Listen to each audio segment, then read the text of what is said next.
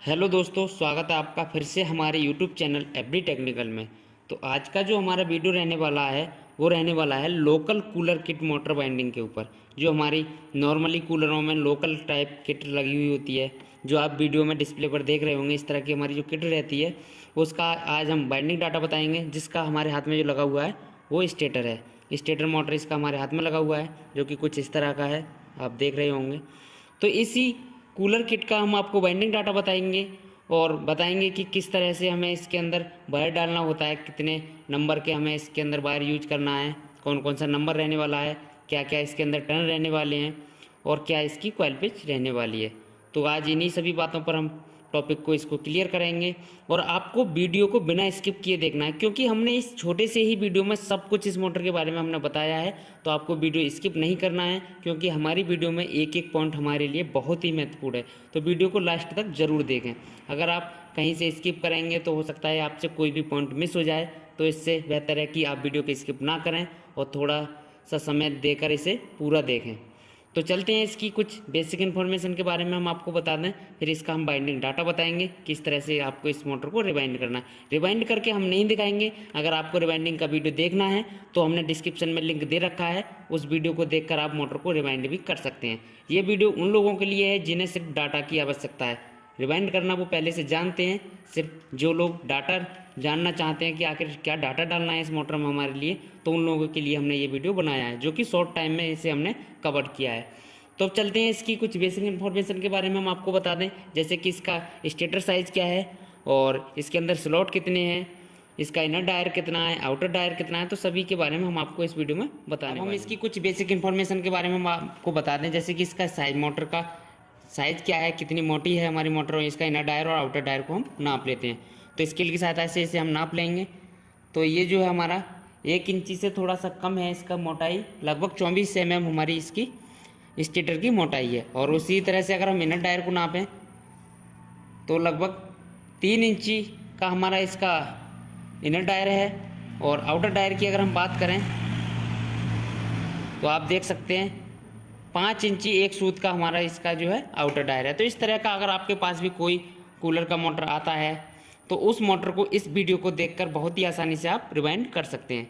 और इसके डाटा की तरफ हम चलते हैं कि इसमें आप क्या डाटा पढ़ने वाला है। तो इस तरह का हमारा मोटर रहेगा और इसी का हम कॉपर और एल्युमिनियम का दोनों तरह का आपको डाटा बताएंगे, जो कि एकदम ओरिजिनल डाटा है। किसी भी प्रकार का कोई गलत उसमें ऐसा नहीं है कि आप रिवाइंड करें मोटर को और मोटर एकदम से जल जाए। तो जलने का आपका कोई भी चांस नहीं रहेगा अगर इस डाटा को आप मोटर के अंदर यूज करते हैं तो चलिए अब डाटा की तरफ हम चलते हैं। तो ये कुछ इस तरह से हमारी मोटर का डाटा है, जिसमें आप देख रहे होंगे कूलर किट बाइंडिंग डाटा।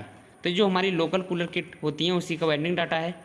इसके अंदर जो स्लॉट हैं वो 24 हैं। 24 स्लॉट जो कटे कटे आप खाने देख रहे होंगे मोटर के अंदर, ये 24 है।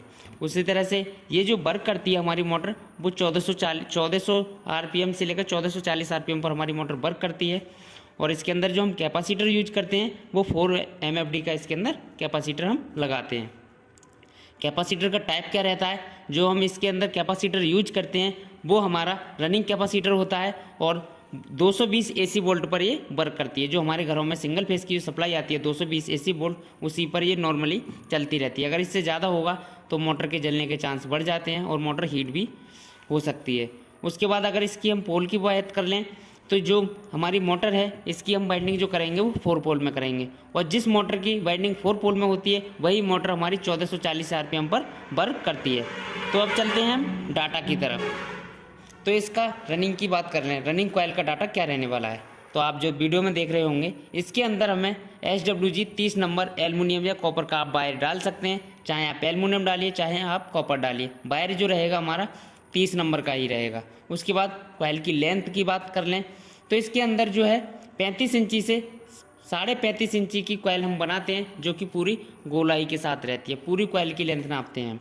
तो इस मोटर के अंदर जो कॉइल पड़ेगी वो 35.5 इंची की पड़ेगी। और इससे कुछ ऐसा होता है कि ये हमारा जो मोटर का साइज है वो कम रहता है, तो उन मोटरों में हम 35 इंची की भी कॉइल को डाल देते हैं। और क्या रहता है कि जो लोग नए होते हैं उनको थोड़ा सा कॉइल बड़ा बनाना होता है, क्योंकि छोटा कॉइल बड़ी मुश्किल से पड़ता है उन लोगों से।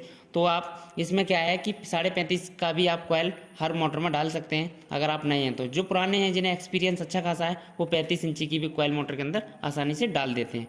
तो इसमें से आप इस मोटर के अंदर जो हम डालेंगे वो 35.5 इंची की ही कॉइल बना के डालेंगे।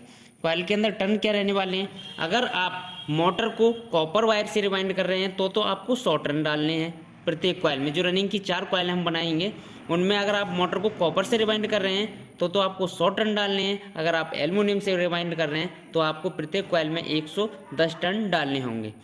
इसी तरह से कॉइल की पिच की बात कर लें हम, तो इसकी जो कॉइल पिच रहेगी वो 1 से 4 2 राउंड रहेगी और 1 से 6 3 राउंड रहेगी, चाहे आप कॉपर से रिवाइंड करें और चाहे आप एल्युमिनियम से रिवाइंड करें।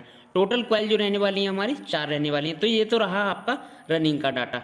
उसी तरह से इतना आपको बना लेना है कॉइल को, बनाने के बाद मोटर के अंदर डाल देना है। 1 से 4 में 2 राउंड और 1 से 6 में 3 राउंड। उसके बाद आपको मोटर की जो कॉइल डाल दोगे, आप रनिंग की कॉइल डाल दोगे सबसे पहले मोटर के अंदर। उसके बाद मोटर की उन कॉइलों पर कॉटन टेप या जो हमारा डॉक्टर टेप जो आती है उसे लगा लेना है।